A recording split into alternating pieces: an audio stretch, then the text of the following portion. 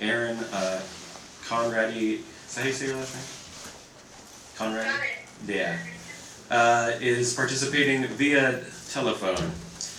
Okay, please rise for the flag salute.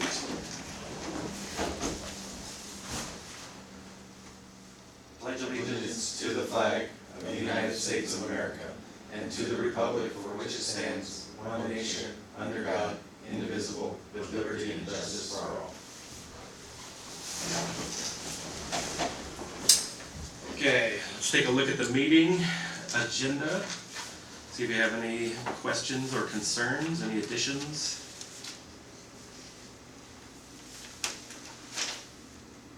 Pretty good to me.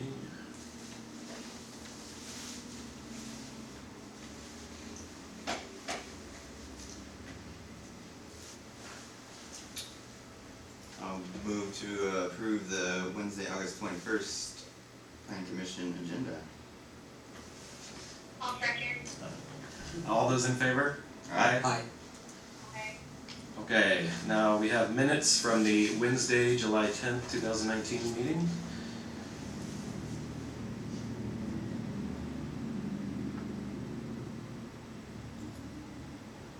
I'll move to present I'll move to approve the minutes as presented for the July 10th, 2019 meeting. I'll second. All those in favor? Aye. Aye. Aye. Okay. No public comment tonight. Mayor's report. John? Good evening, lady and gentlemen. There's been two meetings of the City Council, July 23rd and August 13th, since we last met, so I'm going to run down the highlights for you. I've been working a managed network service provider swap. We currently contract through Tegan for those services, and I know you guys all love our email system, so we're trying to fix it. We've had two different firms. One is Brightwire Networks and the other is Wright Systems. So they're in competition for the contract. It will be about 3 times more expensive than what we're currently experiencing.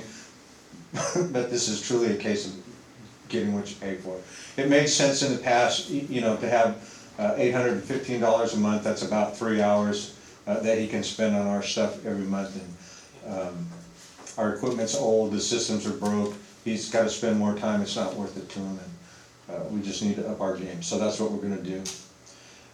Over the course of the last 2 city council meetings, our capital improvement plan for 2020 was approved. That'll be reflected in our municipal capital improvement budget later on this year. We're just looking at the projects we're looking at are coming right out of the comp plan. We're trying to make that one-to-one correlation, or at least some rationally related project that will lead to fulfillment of the comp plan. In hand with that, we also passed Resolution 2019-05, which is our 6-year street plan. I don't know, but I suspect if you look closely at it, it will look a lot like the 2018 street plan, which in turn looked a lot like the 2017 street plan, which in turn looked a lot like. And time marches on. The City Council proclaimed "The Town That Made Us" by Adam Craig, the city's official song, so learn those words. The Facade Improvement Grant Review Committee approved the request from the farmers market to purchase 2 benches for the west side of Olympia Street. That's in process. Those were ordered today. We did in fact establish by ordinance an Arts Commission, Arts, Recreation, Culture, and History. You know, I've pushed that noodle as far up the hill as I can push it. George Sharp is trying to pull it the rest of the way to the top. We'll see what happens. The Park Foundation, I think I told you this, but if I did, forgive me, but I'm going to tell you again. The Park Foundation of Olympia reimbursed the city for the No Child program that we started, so that was way cool. A bummer is the United Way is no longer involved with the Community Investment Partnership. And they've historically been involved with that. That's money flowing into the program for, housing for folks that need it. So we gotta find a different way of funding that. We gotta find different sets of hands to help out with that. Mr. O'Callahan sits on the board of that partnership. So that's information for use. We also passed ordinance 905 next year. We may have to wait 1 year. I have to get clarification on it.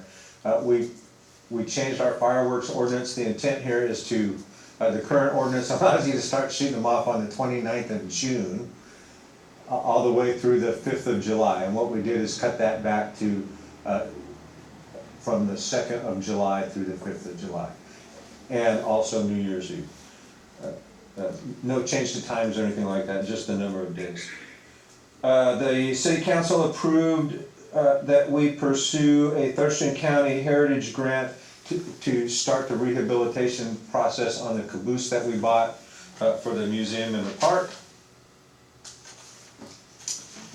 And any of your questions, that's the mayor's report. Where she thinks that caboose is gonna cost, I walked over and looked at it, it's like, there's some caboose there still. Well, I can't hazard a guess. The caboose cost less than the transportation of it, That's good. by about 2/3. And if you go out there and look at the original timbers that were used to build that thing with, and I imagine, I don't know this, but there's probably one on each side. The one on the side that's exposed, it's rotting. I mean, you can go over there and pick at it. So it needs some major help. The Heritage Grant would be 10 grand, the city matches it, so there's 20 grand. We're Probably gonna try combined. and restore it to like some close to an original kind of state. Are we gonna try and Well, modify it? so we have the blueprint, I mean, we have the honest to God blueprints for the dang thing when it was built. And the intent is, when it goes in front of the museum, we don't want it to be a caboose so much as we want it to be a bed and breakfast kind of thing. So it's culture and history, right, and economic development, all, it's a threefer. So what better time, right? Let the guys that are good at that kind of stuff redesign this thing for what we want it to be. It's like historic fiction. Take an object and be as faithful to its beginnings as you can, but bring it into wherever it is you want it to go. That's that. You guys have any questions? Okay. All right, thanks, John. Thurston County Homeless Report. What is this info?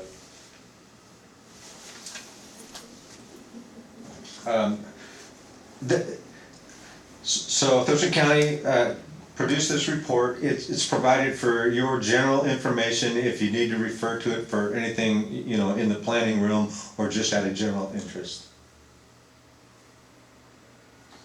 And then the county special use permit application, that's related to the cell tower backup generator. The cell tower over here behind Lemon Hill, or on the north slope of Lemon Hill, they want to put a diesel backup generator in there, and it is literally the property that abuts the city's property. So the county sent it to us. If we want to comment, there's a public comment period open on it. I can't, it doesn't stand a reason why anybody would not support it. It's just providing better quality of service in the event of a power failure, which we had today. So There already is one probably. yeah, well, I mean, it's diesel, so it's quieter and more reliable and all that. But also, it's also a good example of the kinds of things. I mean, these are the kinds of things really that our citizens ought to be bringing to you guys.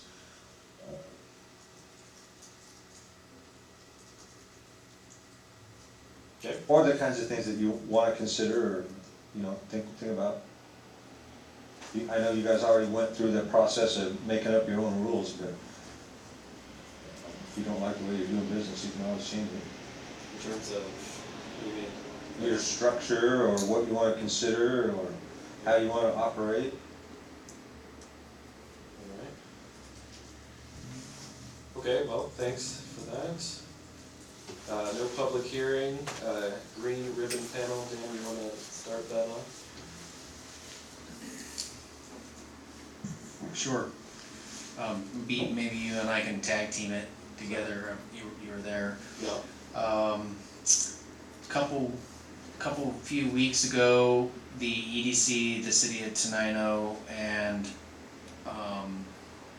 I guess with the help of the ports funding, convened a green ribbon advisory panel that the council, the Tenino City Council, authorized to form. It's I don't know, some 30 people or so that met at the Quarry House for several hours, heard a presentation on the progress of the Ag Park, the Southwest Washington Agricultural Business and Innovation Park. That's the full fund title. Good group. I'd be interested in your reflections, Will, on what you thought, how you thought the group went, and then I can talk a little bit about where we go next. The presentation that we shared, Aslan and I did, was very, very similar to the one that I've shared previously with the Planning Commission. It had a couple more slides that were related to one of the activities that we did, which had some questions in it. So the two main questions that we're dealing with right now that we've asked the GRAP, or the Green Ribbon Advisory Panel, to think about are who decides and who pays. I think that's probably the easiest way to talk about the ag park. Who decides what goes in there, and then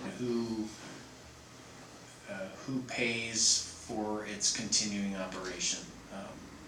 It's city property, as you know, and so the city, and it's within the city limits, so the city would get tax revenue from any economic activity. They're not going to pay taxes to themselves really for the property tax, but the valuation of the property would ostensibly rise when there's buildings and other activities like that on there. But the intent is for it to be an economic generator for kind of West Tenino, the transition between existing city and future growth in West Tenino, and then be a regional draw for food-related ag products.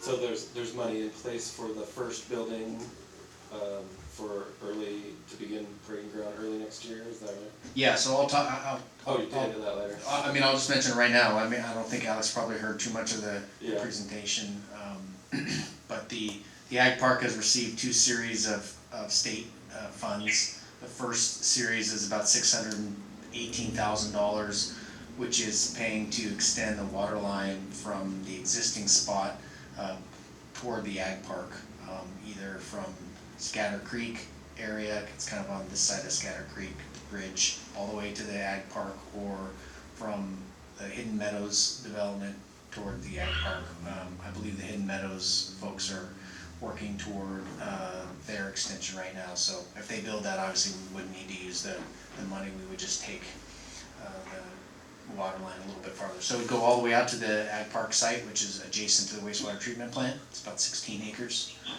And then it would also pay for the sewer tap, which is nearly adjacent. It's just about next door. So then you'd have utilities on the site.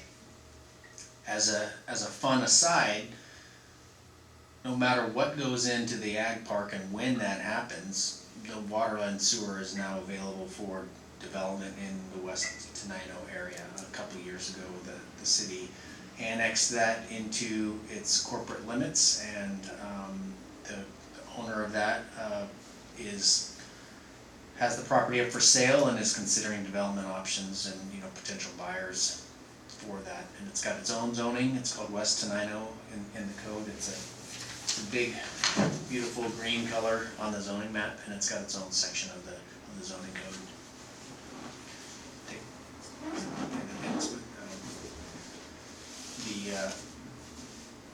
Not all of it's in the city yet. It's in the UGA. I guess I should. There's one. It's all in this. Yeah, it's all in the city. I thought there's one section. Oh, that's just down. I was thinking it's down amount of acres is what I was thinking, but that's all. It's all in there.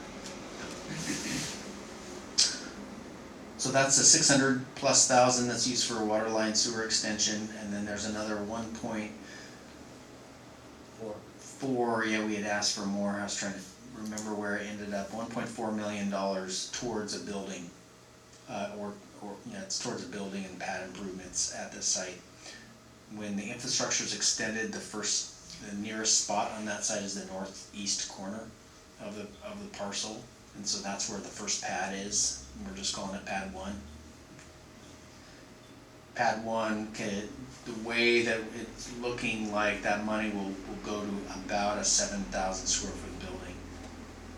So that was a direct kind of a legislative appropriation from the state budget writers this year. So that's a good thing, and there's real money. There's about $2 million in state funds to help towards the ag park, and I don't know, I'll ask your opinion, but there seemed to be an interest in or a willingness for more state funding, depending on how successful the site is. I thought so, yeah. I mean, I thought it was a very inspiring group of people, from stakeholders, from Department of Agriculture, to legislators, and knowledgeable folks from like WSU, as conservation district. It was a room of people that were all focused on this idea and wanting to see it be successful. So it was very inspiring to see that in Tenino, and have all those people there. I thought it was a really good group. Like moving further into some of the questions that we talked about, I guess. One of the big questions, I guess, is who's going to own the buildings? Are they going to be owned privately, or is it going to be publicly owned and leased? And so, we're really starting out at the beginning with this panel really early on, which I think is really good to get it all organized. We have some money, and knowing which direction we want to go is obviously the right move at this point, so that it continues to go on and it doesn't stop with one building. Do we know will the EDC own that first building on Pad 1 until we decide? Or are we going to have decided public-private ownership before then, do you think? Yeah, I think that's a fair question. I think the EDC is not in a position to take ownership. Okay. I think it's the city of Tenino's land, and it's a state-funded building. Part of the impetus for convening the advisory panel is to figure out what that governance model looks like. Right. And if it's a co-op or a nonprofit, or if it's a committee, the ownership of the building hasn't that first building in particular, because it's funded with state money. It's not being offered to the private sector. I think that wouldn't fly. So I don't. Makes sense. So we're looking for different ag parks that that are servicing other regions. The Skagit Valley has a really nice. What's the word? What's it called? Do you know? The Skagit Valley's their group is called the NABC. I think you're talking about the Northwest Agricultural Business Center. Yeah. And they received quite a bit of funding from the port and others. I mean, port models are one thing we're looking at in this whole thing. Ports are, if you know very much about ports, they're one of the few organizations in the state of Washington that can do economic development at kind of a government level. Most cities they don't have quite the right tools in the state constitution to do effective economic development, so ports have kind of seized that role and as a taxing district, they have revenue streams. So I guess we're also looking for the kinds of infrastructure, I guess you would say, or we're looking for maybe common use things like cold storage, or potentially different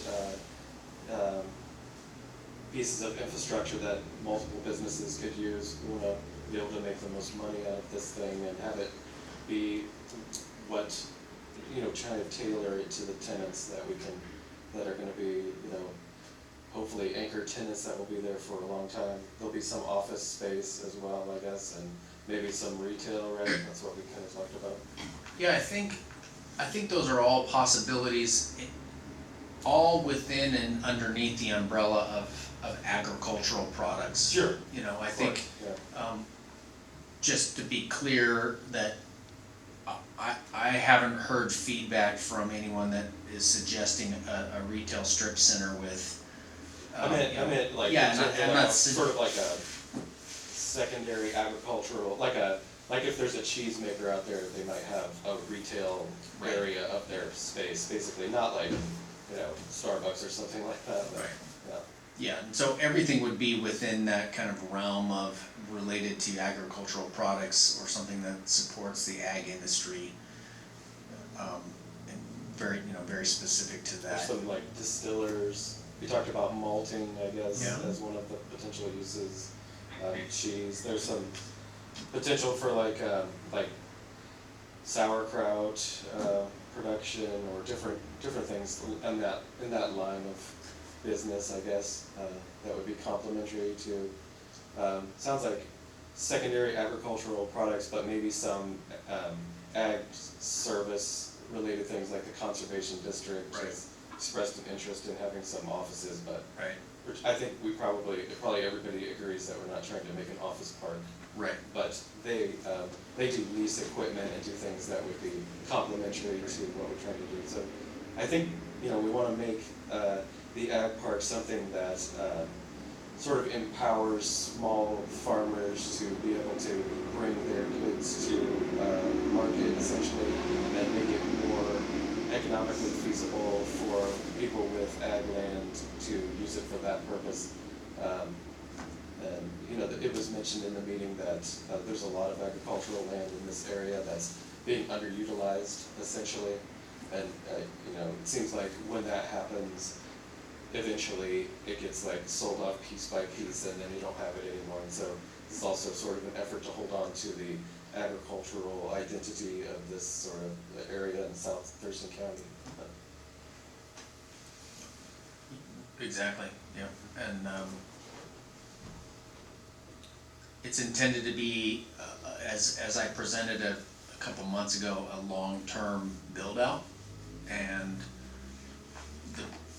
one of the blessings of this site is that it's large enough to accommodate a lot of different things, especially the way the property's oriented. You can have things up on front near Old Highway 99 that are maybe more prone to drive-by traffic versus something that on the back half of the property that's less sightly or less appropriate for visitors. Proximity of the wastewater treatment plant hasn't seemed to be a detraction for anyone, which I find positive. The city is working through the possibility of a septage receiving plant or site, which could be a money generator, and there could be some related energy gains and a whole host of other water issues that they could work out there. So I think those are all part of on the innovation side that we look at, maybe that's outside of straight up ag, ag uses. Septage isn't considered ag, right? But obviously it's innovative, and there's byproducts that could result in better ag. Well, there's the whole spectrum in between. You know, growing the product or, you know, harvesting the product. Well, growing the product, harvesting the product, Waste stream. processing it to whatever it is that you're trying to sell. And you know, the idea is to have everything it takes to do that, from conception to distribution at one location. You know, as green as possible. And so all the, you know, the secondary, the second, third order effects support the whole. The park itself and the farms that surround it, and you'll have to have a certain amount of distribution involved. People gotta, the idea is to work closer to it, so home builders now have a role in it, land developers. And then here in town, the businesses that support that. The city doesn't envision having a strip mall in the middle of the ag park. That's what that's the role Historic Tenino wants to go. And West Tenino will have a different neighborhood, it's a different feel. But enough to tie it together, and that's probably the hard part. And I think, Go ahead. I was just, I mean, with so many different ways to build and construct, you know, especially if you're looking for different businesses that are looking for maybe more office space, you know, if you're looking to draw people in, there's so many different arrangements you can do in buildings to really facilitate both. Also, maybe one that's not something that draws people in. There are ways to kind of, you know, facilitate that while not making it the forefront. So that's really exciting. And it kind of sounds, so that was one question I had, was if this was more of a manufacturing site, but it sounds like it's everything, which leads to a really good possibility of trying to create something that's a magnet location. You know, we've got all the traffic going down Old Highway 99, there are, car clubs, motorcycle shops, everything, so just something that draws people in, and is really unique. Yeah? Very neat. It's on the Bountiful Byway, Thurston County's agritourism loop. So, Absolutely. yeah. And if, you know, the concept comes to fruition on the Barnett property, that's just, That would be amazing, yeah. I'm telling you, it's just magnificent. Barnett is at the, That alpaca ranch, yeah. So one thing we're working on now, and John's had a chance to look at it, we're finishing it up tomorrow and Friday, is a survey to the Green Ribbon Advisory Panel members, diving in a little bit deeper and soliciting feedback on preferences and structure items for the ag park, you know, specifically governance. That's their main charge, is to help with the governance, but it's hard to know how to form a governance body unless you know what they're governing, right? And back to that issue of, well, if you've got private ownership, then you don't really need a governance, because the private owner of the building and that would, you know, have a ground lease with the city of Tenino, and Tenino would, you know, probably charge enough to pay for the site maintenance and, you know, access and all, you know, all that other stuff. That would be, you know, that would be a typical arrangement that, say, a port would do on the port-owned property, because the Port of Olympia, for example, which is a countywide port, has land all over the county, but predominantly at the Tumwater site off of Tumwater Boulevard next to the airport, the regional airport. There's a lot of property in there that they have, and most of the time they own the land, and if you want to do a business, they will lease the land to you and you build the building. And then you lease, you know, you own and operate the building for 20 to 49 years, I think, because they can only go up to, you know, they can't go over 50 years for a lease. And you know, the owner would have that building and then, you know, lease it out for space for tenants, and that's how they do that. That could be a similar structure at the ag park site. Those are all things that we're going to ask, is what do you think about kind of the right balance of publicly owned and privately owned, is that appropriate or inappropriate? How do we handle, I mean, there's a whole order of magnitude of scenarios as you go down that thought process. 8 years from now, and you got one of the building, one of the pads on the back, let's say pad 7, that somebody wants to buy or build a building. Is that future developer going to be able to have comparable lease rates with, say, one of the first buildings that was built with state money? And how does that work is if that state building, the state-built building, is 18 cents a square foot, and the private building built by Joe's development company on the back half is $1.18. So those are some of the things that I'm thinking about as we put this structure together, and I know for sure that we're gonna get it wrong. So we need to build some flexibility into this site and into the operational agreement so that we have trusted people on this panel or this governance body that have the city's interest and the region's interest at heart. And so when they are evaluating these types of proposals, they can say, that may or may not fly depending on what the return on investment or the pro forma or some of those other things look like. Because we don't want to back ourselves into a corner where I've got a bunch of disaster scenarios in my mind. I've shared them with Aslan before and maybe a little bit with John, but the scenario of having a faded sign on the corner that says Ag Park coming soon, that's no bueno for me. That's a bad deal. Yeah. We do not want to do that, especially with $2 million in state funding.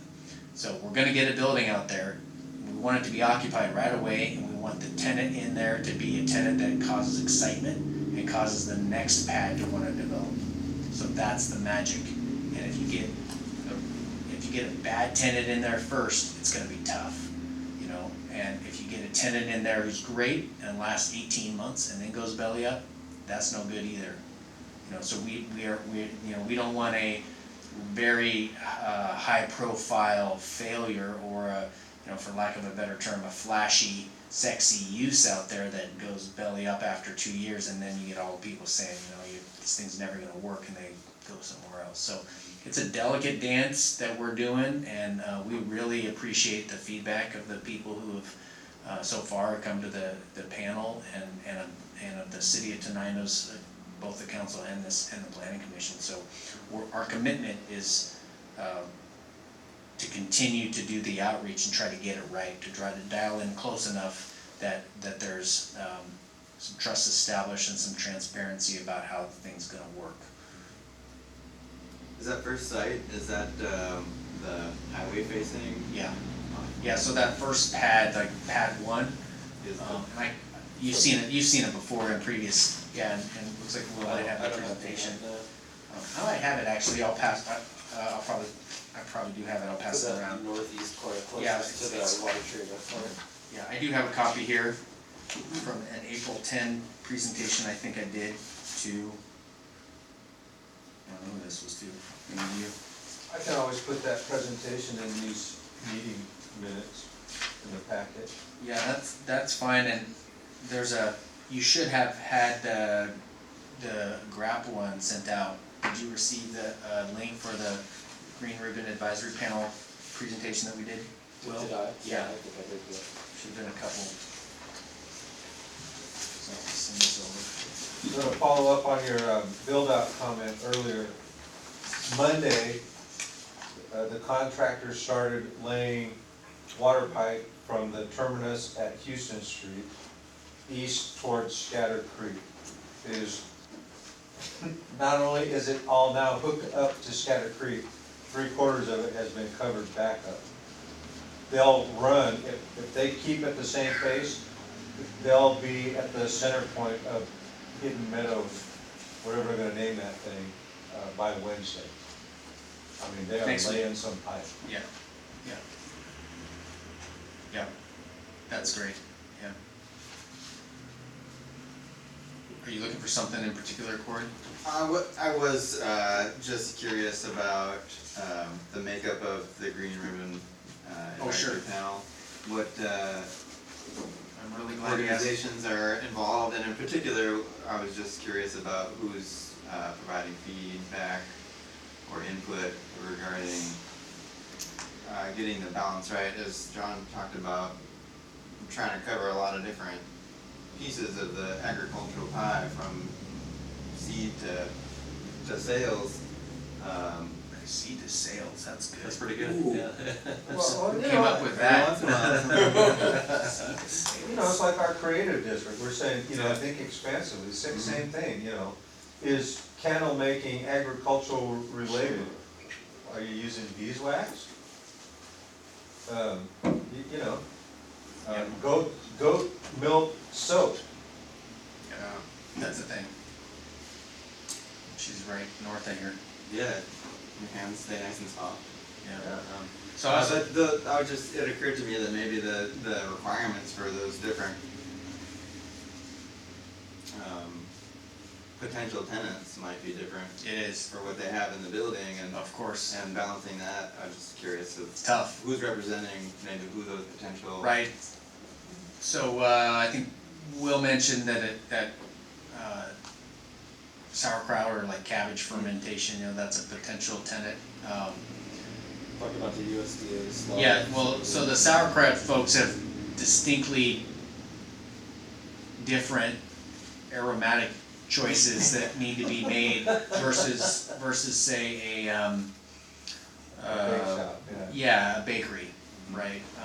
And I think they can get along, but they also need to have potentially separate systems. So the idea initially was a big building that you could subdivide but have common systems like HVAC and sprinklers, and that may be the case, but some of these may be specialty enough that they need their own.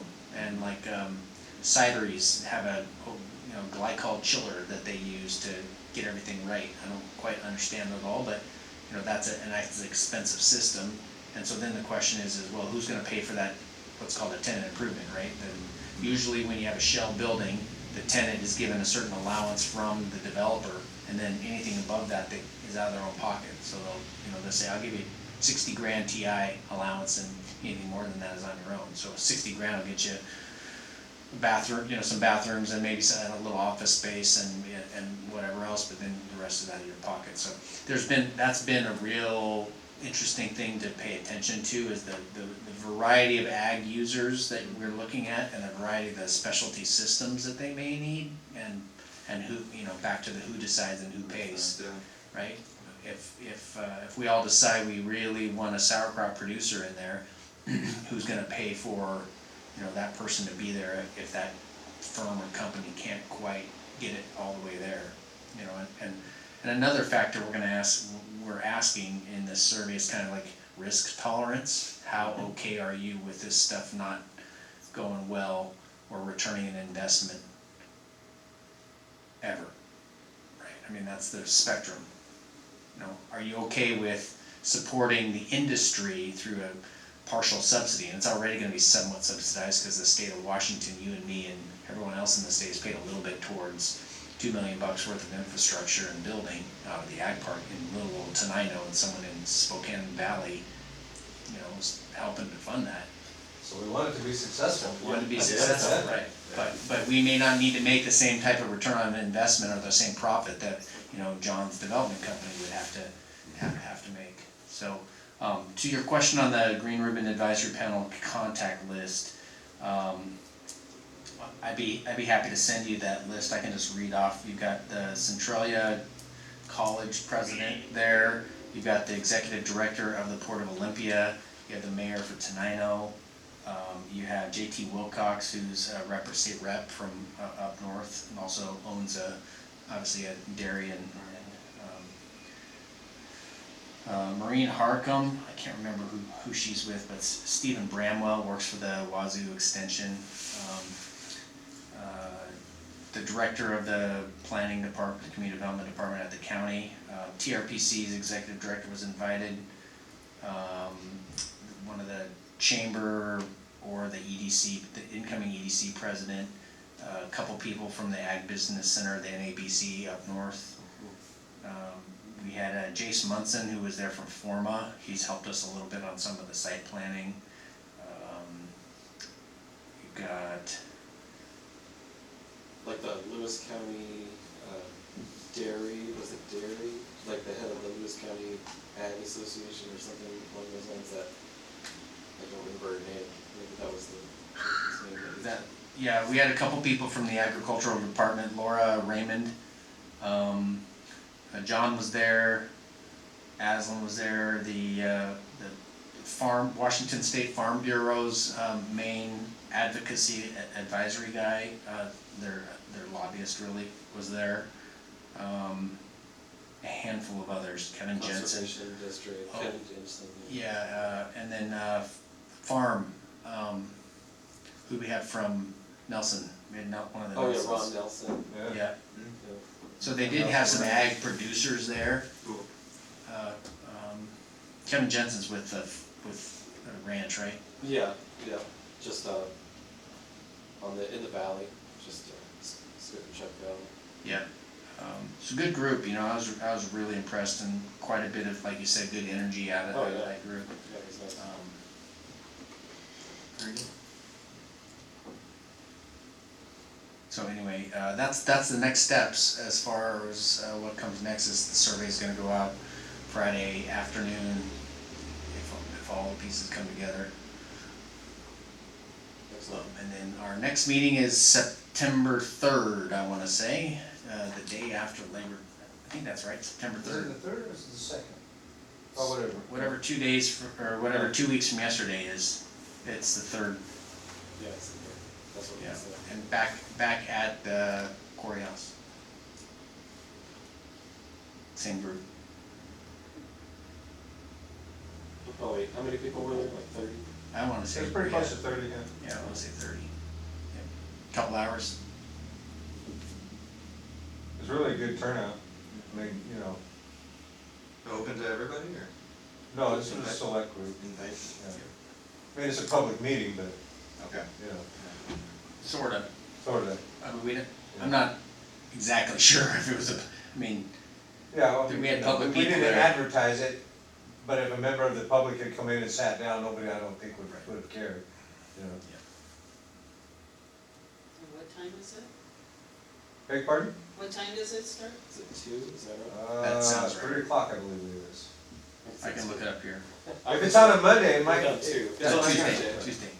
If it's a Tuesday, we'd have to start about 3-ish. Right, Okay. yeah, and I think to stage side, we said 3 to 5. I think it changed it by email after we. Only because the seniors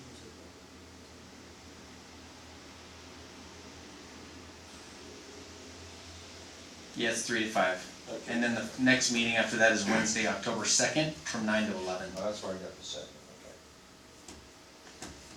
So, Actually, that's on a Monday or something like that.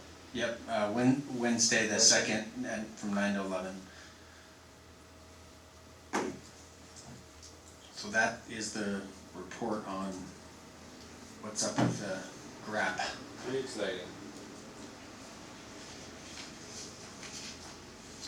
I don't know what the YTT extension feasibility review. That is the Yelm to Tenino Trail. Ah, yes, of course. Go ahead. So, TRPC has asked the city to accept the results of it, and I get the sense that they want us to do a little more than accept it, that they would like to make some fanfare out of it. And if fanfare needs to be made out of it, somebody needs to give me some guidance on it. I mean, the report is what the report is.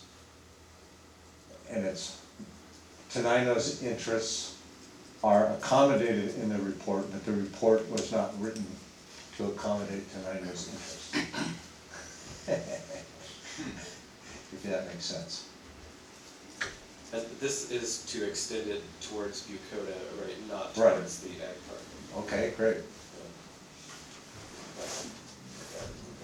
When you get the money, do it. We wanna go that way, Right. yeah. Both directions are nice though. Okay, so that's what that is, and if you guys wanna make a recommendation one way or the other to the council, I'll be happy to make it for you. I mean, or, you know, carry the water for you. In terms of recommending that we do a feasibility study for our. Well, yeah, you know, is our response, it has been accepted, or, you know, we put a bunch of whereases on it and make it sound like it's the greatest thing since sliced bread? Oh, I see.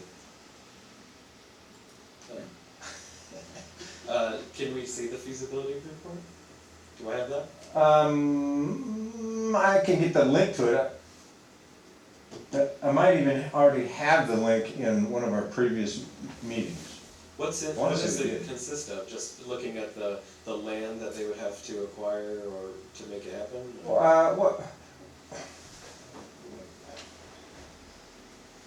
Which definition of feasible do you want to use? Anything's feasible if you throw enough money at it. Sure. It's not an engineering study, so you know, it's not like you're gonna take the thing and actually make plans with it.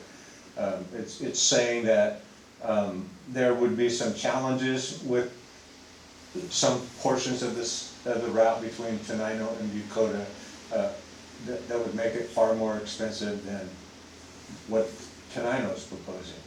I see. And so from that perspective and that perspective only, it's a, you know, the Thurston Regional Planning Council can use the results of that report for their purposes. The city of Bucota can use the results of the report for their purposes, and so can the city of Tenino. The city of Tenino's purpose is to extend the trail westward. We will assist in extending it southward as far as our resources and our interests incline. But we're primarily interested in going to the west. TRPC is not.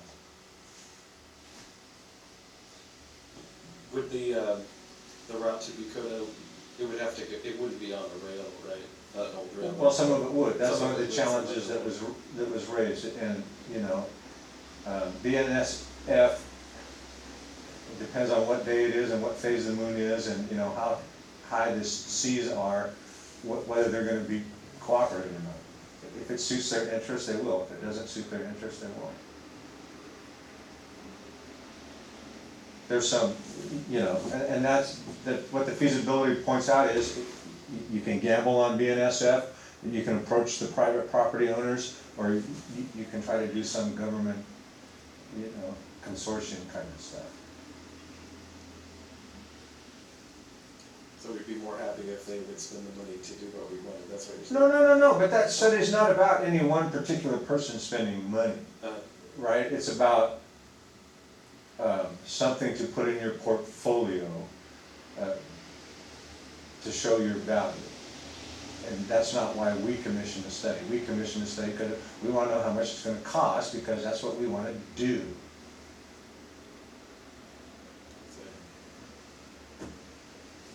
Well, can you send us the link? Yes, absolutely. I'd be interested in looking at it. So the feasibility study that's in place is maybe inadequate for what we want to do? Is that part of what? No, it's just, you know, it's along the same lines of, you know, what we have an off-the-shelf, we have a plan for 507, it's on the shelf, it's been on the shelf for Just not overly useful. 7 or 8 years, right? But at the time it was proposed, it was $5.4 million. Yeah. You know, same thing with this. It's one step below that. You know, again, the plan we have on the shelf aren't engineering diagrams, but they're pretty dang detailed. Conceptual drawings. Yeah. But we just can't afford to do it.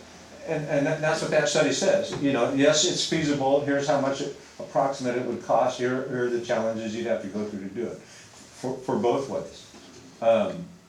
And you know, who's going to get the most use out of it? 6 of one, half a dozen of the other, right? But it's being looked at, the trail extension. It's more than just a trail extension. It's you know, part of the ecosystem that we're creating here. In the case of Tenino to Bucota, they can say what they want. If you make the trail and something bad happens, people will use it whether people want them to or not, right? And that's part of the intent. Give them another way in and out when life gets tough down there, because it does. So,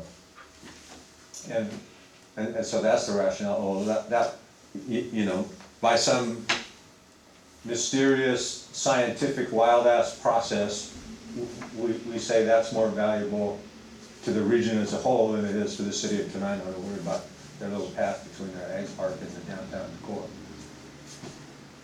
Dan, do you wanna add something? What I was gonna add is, the presentation, I was able to grab it from the last meeting, the PowerPoint presentation we watched on the screen. So that's in there, but I don't think that's the full feasibility study, right? There's Right, a. I don't know if I have that. Okay, If, I'll search, and if I don't, I'll reach out and, you know, if we can put it on a Google Drive, we can Right. access it that way. right, or If it's TRPC could be able to just post it on their website, we could access Sure. it. So that was one thing, I haven't seen the full report either, just the presentation. If you remember from the presentation, there was a number of different geographical reaches, if you remember, and there was I'm just looking at it here, the West Tenino alternative alignments, there was really only one geographical reach that went past, you know, down Old Highway 99 towards West Tenino, and that was geographical reach 4, and that was like a $2 million extension is what they had on that, from just past the trestle is where that GR4 starts. But there's a number of geographical reaches that do have trail improvements beyond where the end is right now, like towards Crowder, really, you know, towards that direction, before it hits 507 and before a decision is made whether to crank it south towards Lakota or keep going west across, you know, underneath the trestle towards West Tenino. So those pieces are the price point on what was they called geographical reach 3 is like $200,000 for those pieces. Just to continue it to basically the industrial district? Just to Yeah, swing around past just- Public Works. yeah. Public Works. Yeah, well, it looks mostly like GR3. The difference there is this, maybe where the crossover spot, because remember one of the geographic reaches, they do a crosswalk to try to get on the north side of Old Highway 99, the other geographical reach, they stay on the south side and just go underneath the trestle on the south side. And it's, that would be probably, it looks like pretty much a wash from the price point of that. They're both listed at, like, one's $210, one's $250. So I don't know, that's not a significant difference, but $200,000 is a good starting point to do something. It's a good project cost. Right, that's a decent kind of planning level project cost, something you could go, with the feasibility report, you could take to a granting agency and ask them for help. And they would say, yeah, you've done enough work that this number's gonna advance this thing a certain distance. And then whether you make a decision to head down parallel to 507 or try to, do some other stuff.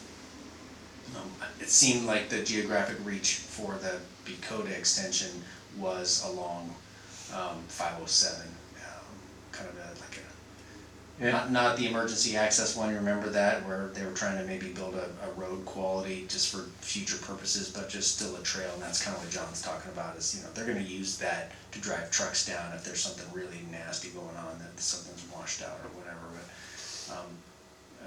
so in that regard, that's I haven't seen the report either, but I think that's kind of some of the conclusions.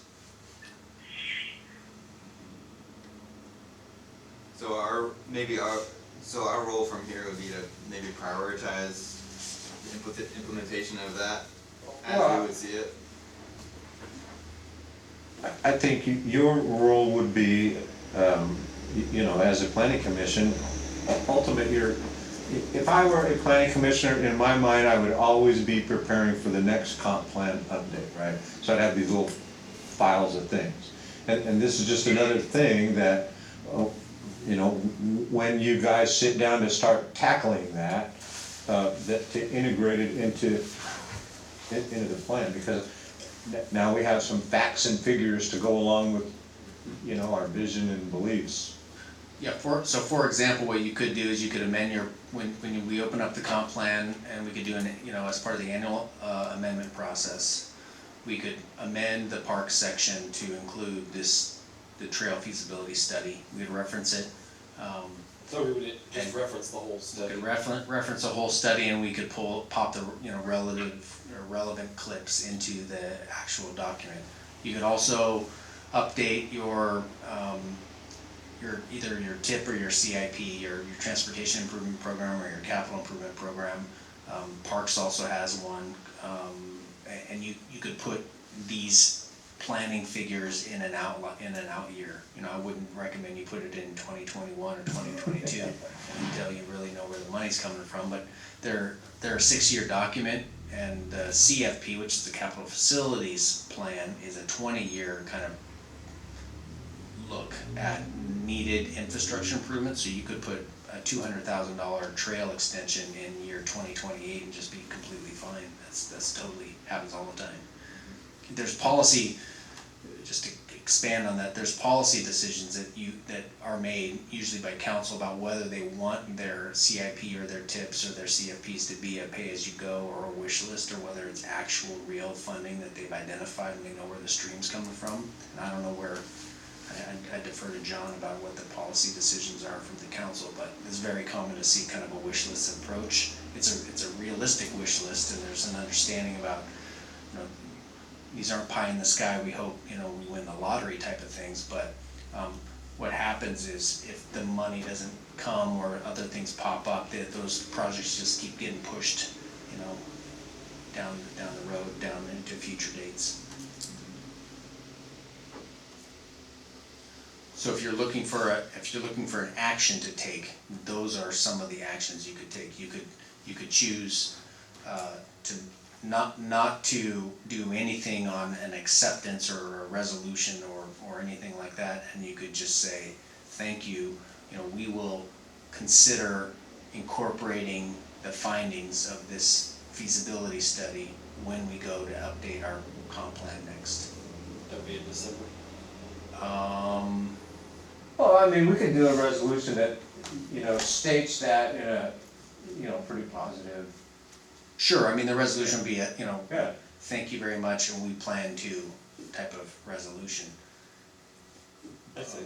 That's doable. But you're not actually lining, identifying the areas that you are choosing to incorporate right now. I think that would be my caution for you, is without seeing the actual full study to try to identify what to accept and what to maybe ask questions about. What you're saying sounds like pretty safe language, so we just say that we'll consider update in our next comp plan update, including the findings of the feasibility study for the trail extension. And you're gonna write that up, John, and then Yep. just vote on that? Yes, next sir. time, maybe? That sounds good. But I mean, we've been talking about extending the trail the whole time I've been here, so it's not new stuff exactly, but it's nice to have that study. I would like to see the whole thing at some point, but maybe I could just call TRPC and get them to send me the link or something. Well, I mean, those channels of communication are open. We'll get it within the next 48 hours. Sounds good to me. Okay. Any questions about the trail beyond that? No? What about the 7 acres project, the infamous 7 acres project? Okay, so for point of reference, that is property that is just west of Scatter Creek, of the Scatter Creek crossing. It's on Old Highway 99 on the north side, owned by Howard Wheeler. Okay, I think it previously was owned by the Dodge. Dodge is the previous owner. It's like at the toe of the slope Yep. of that hill. Well, yeah, it's almost it's immediately as you cross the bridge headed out of town on 99 on the right hand side, and it's got a gate, and there's looks like there's been some construction activity, because there has been, and the property owner was out there playing around with or ask somebody to play around with a bulldozer and push a road through and stuff like that. So it got red tagged by the building official, and that's a stop work notice, and that no activity can occur until the proper permits are acquired. They're going through, the owner of the property is talking to his development team and their engineers and their environmental planners about what to do on the property, and they seek to have a subdivision of a certain number of. Extensive wetlands and buffer Correct. sort of issues, Yeah. maybe some slope issues also. maybe. Exactly. So the way that works is there's about four parcels, I think there's 4 parcels in total out there on that site. Some of those parcels are wholly within the floodplain of Scatter Creek. Those floodplains have associated wetlands and, as Commissioner Rutherford was saying, other issues, steep slope, there's a seep, or a little creek kind of coming through the hill there, coming down into the property like a little spring, so they've got some groundwater issues that they have to deal with. But what I've told the developer and, and the property owner is, there are processes in place to get, mostly, in this case, a single-family residence is on sites that are, seriously constrained due to environmental conditions. It's called a reasonable use exception, RUE. And that's basically the government saying, we're not going to deny you the right to develop something. And the process is to determine what that something is. I mean, and so usually it's 1 house per parcel, because if I own 4 parcels and I sell 1 to you and 1 to you and 1 to you and 1 to him, now you all have a right to do a single unit on that parcel. If that parcel is completely underwater or on top of a critical area or some type of endangered species, then now we've got to work through that. And so that's what that reasonable use exception process is. So that's what I told them they need to initiate. There's studies that come with that, which are floodplain studies and wetland buffers and hazard mitigation. There's a whole host of stuff out there. So the owner had wanted to get up to 18 homes, and there's 4 parcels. So that's our sideboards right now. So 18 is where the owner wanted to be. 4 is probably where, or I shouldn't say probably, 4 is where a reasonable use exception would allow you, since you have 4 legal lots of record, you would be allowed to have 1 home on each of the lots. Those are our sideboards, and somewhere in there is where things may land if the owner chooses to pursue the costs associated with developing units in that type of setting. I tried to say that carefully, but generally speaking, they're going to have to push all those. They'll do a boundary line adjustment or a lot line adjustment or through a short plat process or a clustered subdivision, and shove all those lot lines over to one side and build over there. That's And what then they'll have to do a bunch of restoration along the areas of the creek that have been disturbed. Oh, that have already been distributed. Yep. Nice. Yeah, so it's not, anymore, it's not easier just to ask for forgiveness. It's really, especially in a community like this that is eager for good development, it's way better to come in and talk to us first. Way better.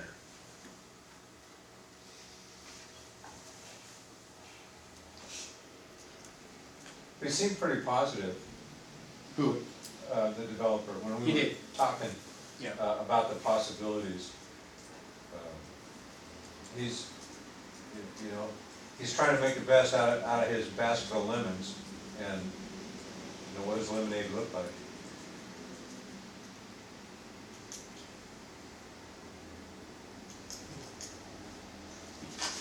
Okay, so I guess that'll just be ongoing, I suppose, while they do their studies.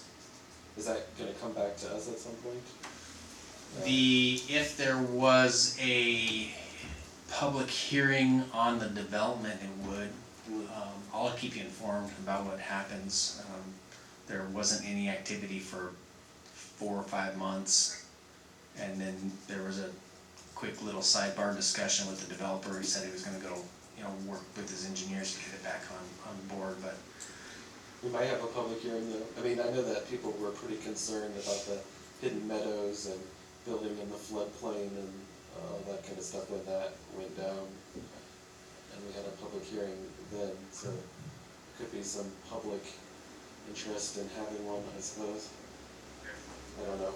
yeah, we would have to check what the code allows for, and, a neighborhood meeting that the developer initiated would be outside of, the planning, you may host it, but it wouldn't be an official public meeting. I'm not sure that you would have one in a situation of a reasonable use exception, Okay. but. Unless you wanted to. I don't know. There's nothing to stop you from doing it as a, gesture of goodwill and indicator of open, transparent government. Well, yeah, that's what I'm saying, but that would be more of a neighborhood meeting setting Right. versus an official public comment on the record, as, in favor or in opposition to a project that people don't get to weigh in on anyway, If you're going to build, again, back to a single family home example, if you're going to build a house, you wouldn't want a whole room of people saying, we don't like this guy, we don't like his houses, and, it's just. It's just kind of, if your code doesn't call for it, it's kind of inappropriate to inject that extra piece into it, because there's really nothing someone can do. Now, if in the Hidden Meadows or Meadowview example, whatever we're calling it these days, if a subdivision like that does have a public hearing, so that would just fall code on that. Okay, guess that's it for that one. 599 Sussex. That's, is that the no building, The burned out, Yeah. the burnout. the cool courtyard? Actually, he's got a pretty good concept for it. It's cool. Oh, yeah, the one that used to be, I think, a store that now is just Down- a it was It's basement. burned down, yeah, Yeah. just as the gate, Yep. cool gate on it. Yeah. Down as Ecoscapes. Yes, down as Ecoscapes. Yeah. Yeah, so we had a pre-submittal application or pre-submittal discussion with the potential developers of that, which I think is great. I think the earlier you can have those types of development discussions about what the building code's gonna say about it, what the fire code's concerns are. Once I understood the project and kind of where things were at, there's not a lot of planning review needed on something like that. I told them we'd look at the sign and the historic facade of the structure that's gonna stay the same. And so those are both things that we would be paying attention to in the, historic district of downtown Tenino. Do we know what they're planning on doing, or? I think it's kind of in line with the types of things that you can imagine, I don't know, are we not? Kind of beer garden-ish. Yeah, beer You garden. know, so within More the garden than confines beer. of the rectangle, Yeah, there's a little the building. backside of it, I don't think, I've never been in there myself, but the back, there's some structure on the back. And the value of having the building official sitting there, as opposed to the planner for a quote-unquote pre-submission conference, is the building inspector can help manage the building owners or prospective business owners' expectations. So they want to open this restaurant. Okay. In a building that was built in 1906, if you want to open a restaurant, you're going to be faced with, $125,000, $130,000 remodeling costs, because you have to have a hood, you have to have a peach, you have to have all this. But if all you want to do is sell beer and hot dogs, you're good to go, right? And so, like Dan was saying, that there's your sideboards, right? And something like this, as he started talking through the concept, I'm like, I can really see this. It's really cool. Within those, he's going to put up little fest tents, and he'll have servers serving the stuff up, and they could have a motif, and how far would they take that motif? I mean, the sky's the limit, right? But as he was talking about it, he was getting excited, even though his own concept was morphing right in front of his eyes. It was really good to see. Yeah, I've always liked that spot, it's pretty cool, it'll be neat to see something doing it. Sure. Are they looking to actually rebuild within that courtyard, or are they gonna leave the courtyard open as it is? Right. Leave it open, yeah, Well, okay. there might be some, minor modifications or something like Sure. that. Ben will make sure they stay within the international building code. As long as they do that, we got no problems. Yeah, it's mostly fire code issues, and then there's no way out but the front or the back, since there's two buildings on each side, and so that he was looking at exiting mostly. And whether then that would justify sprinkler systems and all those add-ons, and so right now, if they don't do any new construction north of where those existing walls are, so into the courtyard, then they don't need to change anything, the exiting works. The building in the back is, kind of bare bones, but. Yeah, my understanding is they are gonna use that building in the back. Concrete floor and Yeah, a they're gonna. roof, but it's decent space. Yeah. Yeah, it'll be a funky, cool little use. Yeah, It'll be interesting to see. exciting.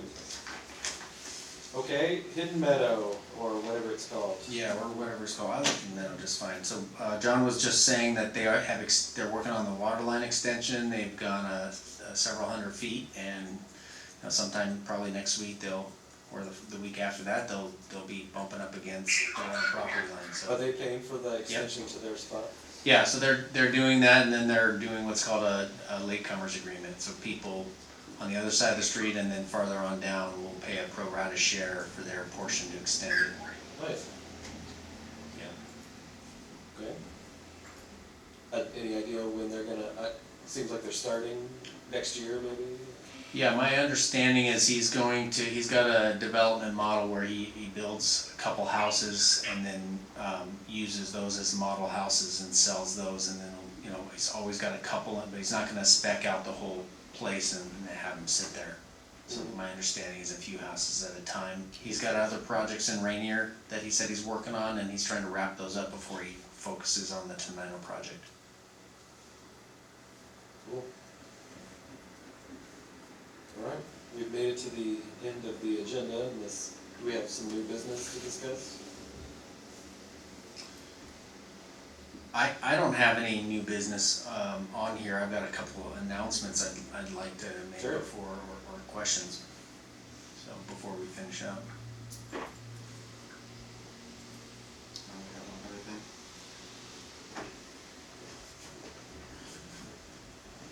Or about the- Are you getting all that, Aaron? I am. Nice.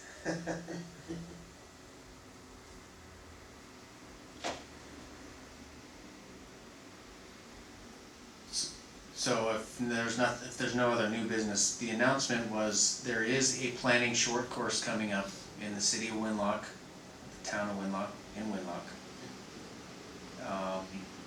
These planning short courses are hosted by the Department of Commerce at the state level. They do them all the time, I'd say every 2 to 3 months, all over the state. And it just so happens that there's one coming up in September in Tenino, in Winlock.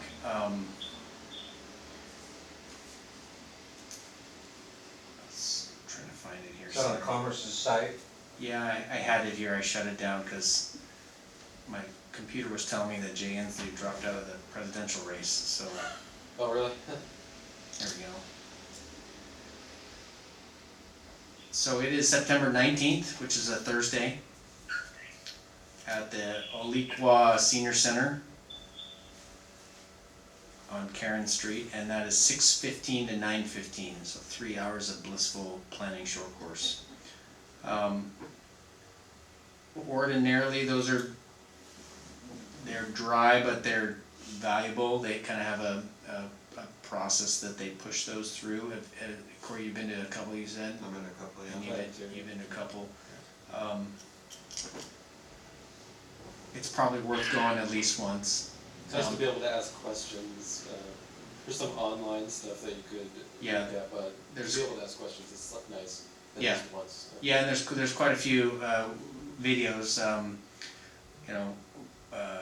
Washington's legal framework for land use planning, constitutional issues and other protections, roles and responsibilities in planning, Open Public Meetings Act, things like that.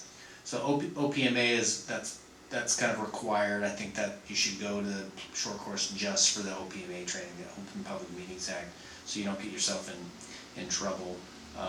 Some of the other topics in here are potentially, they're real dry, and I would maybe say we could do a work session for a planning commission meeting instead of a regular meeting, and the 5 of us, you 3 plus the other member, it can kind of crank through some planning stuff and do a little short course here with you. It's probably better spent than 3 hours in Winlock.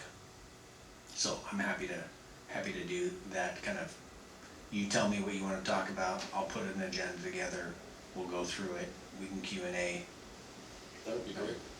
Do that instead or as well. There are other courses around the state. There's one in Redmond. There's a special short course on local transportation planning in Tacoma in October. The APA conference for the American Planning Association conference, Washington chapter's state conference is in Tacoma this year on October 16th, it looks like. There's a short course on local planning at the IACC conference, which is the Interagency Coordinating Committee that's held in Wenatchee every year. Do you guys go to that at all? IACC? Passed, doesn't mean you can't. We should chat about it. Lots and lots of grant agencies show up there, and they're basically just sitting around waiting for communities to come up and ask them. A lot of water and sewer grants are given at that thing. Anyways, those are the upcoming short courses. Again, the Winlock one is Thursday, September 19th at 6:15, and I would recommend going to that if you haven't been to one. And then let's get something on the agenda for a work session for later this fall. And crank through. If you want to talk annexations, if you want to talk growth projections, or whatever. So that's the one announcement. A second announcement is, and this was in your packet, I believe, is the TRPC has put out some draft population projections by jurisdiction, projecting population growth to 2045. Take a look at that. That's worth talking about, and talking about how the land capacity in the city of Tenino handles that growth projection. That's what triggers urban growth area expansion and annexation. By way of reference, if you're not looking at it, the current Tenino population is 1780 in this draft here, so 1,780, and the 2045 projection is 2,790, so almost exactly 1,000 person growth in 23 years. What is that? What's the math on that? 25, 20, it's 28 years. You're laughing. 28 years. Is that online? Is that available online?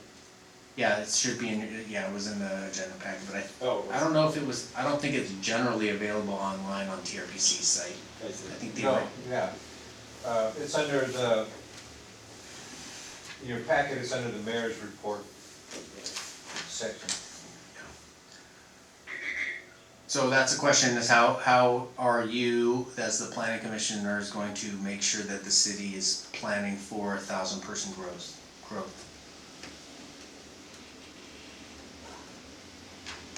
Where are those, 450 homes coming from? That's about how it works out. Okay. Where are they going? Yeah, that's like a 40% increase. Yeah, so what is that, if it's 28 years, it's 1,000 persons, who can do the math on that real quick? That's 40 some odd people a year, did I get that right? Maybe a little shy of 40.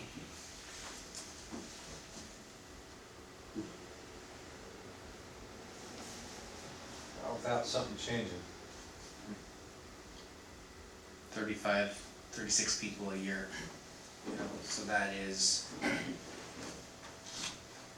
About 14 houses, 13 to 14 houses should be going every year to pick up 1,000 people in 28.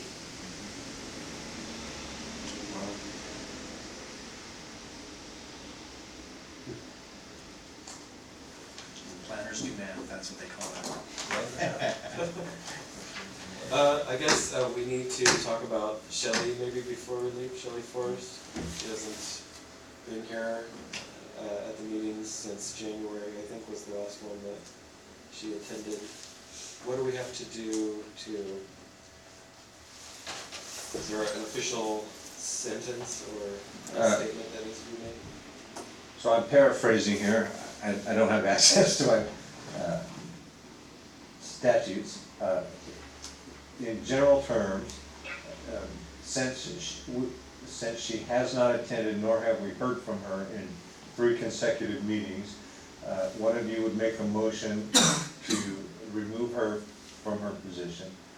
And if there was a second and a quorum voting yes, she would no longer be a member of the commission.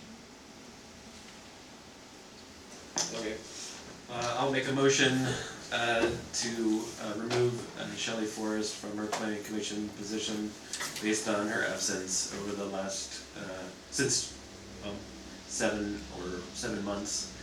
And we have not been able to contact her for comments regarding that, so. I'll second. Okay, all those in favor? Aye. Aye. Aye. Here we go. Motion passes.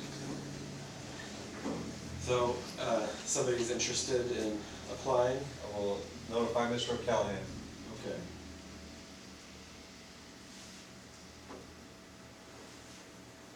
I guess that's it.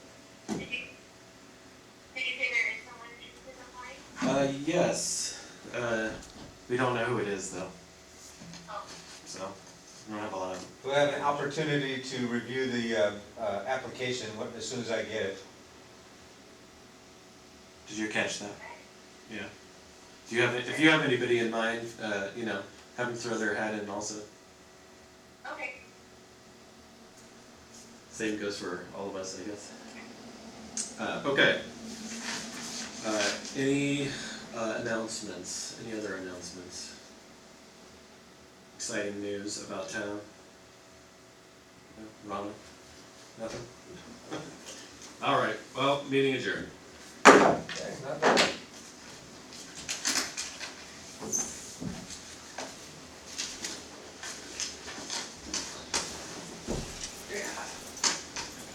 You heard about the shooting a few weeks ago? By your house? all kinds of nonsense going on in this little bitty town. I was next door to the people directly behind us, so we heard it loud and clear. Oh my Oh, goodness, that had scared you guys. My poor son was, he was pretty rattled. Make sure I didn't tell Did you you I ever- was lying. Did you hear anything else about it?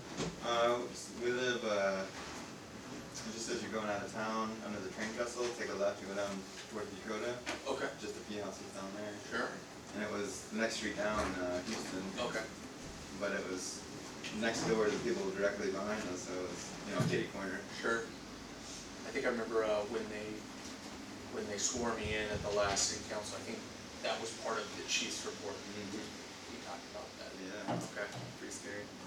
Too left in the road. No, I know, my mom was like, we were thinking of moving to Tenino someday, should we reconsider? I was like, no, it's fine. Rarely happens, but it's because when it does. Yeah.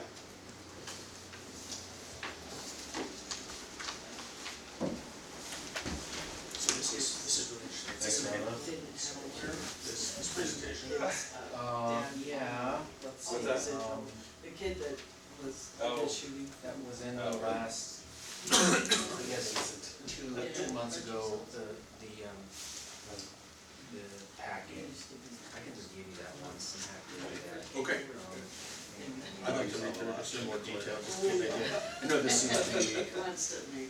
one of So the this big is- focuses that we're pushing towards, so, okay, perfect. This is a copy of. Looks like I have to take your motion that has passed Okay. to the mayor and the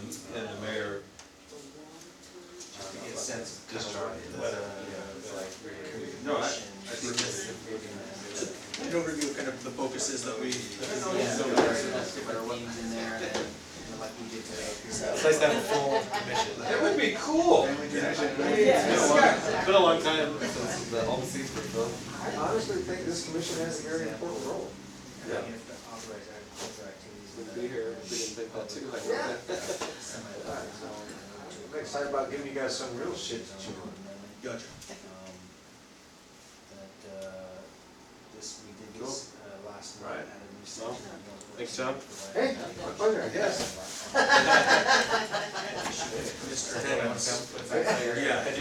Yeah, it was one, Split it back out. Okay.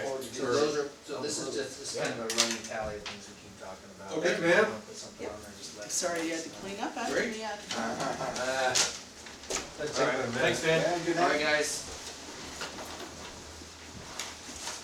well, the first one's down, it's Um, always the hardest. I've been to, The next one is. I've been to 2 iterations of the short course, one in Chehalis, and I can't remember what the other one was. DuPont, I think. I agree with Dan, they're very valuable, they're dry as hell, right? Right. But they're 3 hours of growth management act in a nutshell, and you knock out 2 certifications that you have to get. One is Open Public Meetings Act and the other is Public Records Act. Okay. If you go to the course, it comes with it. If you don't go to the course, like Dan said, you sit here and watch a video on it. It's no Sure. big deal. Okay, We just gotta do it. okay, okay. And the city will reimburse it, That's you know, if super you wanna close. drive down to Winlock, submit a claim for reimbursement, we'll pay for your gas. Easy You know, enough. they always Okay. feed you. Of course, there's at least one attorney there, so. Yeah, well, they have to because of the OPMA and the PRA. But, yeah, if you haven't gone, you should go, and then we'll handle the more fun stuff down the road.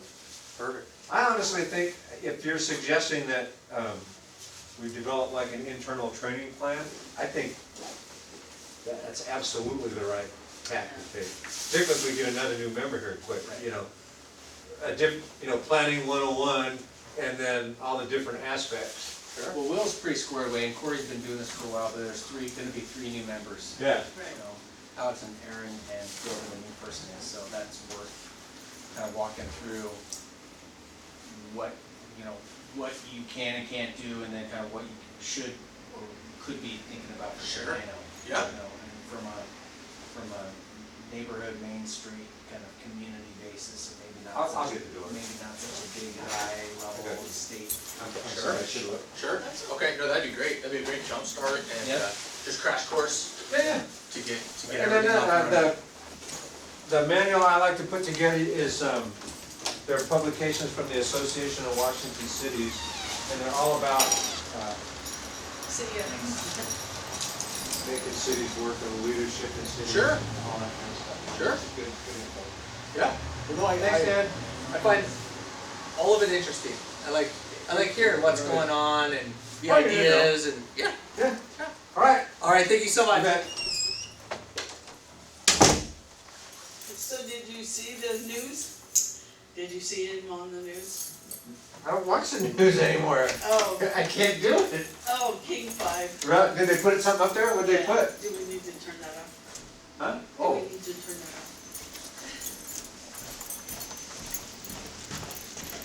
off?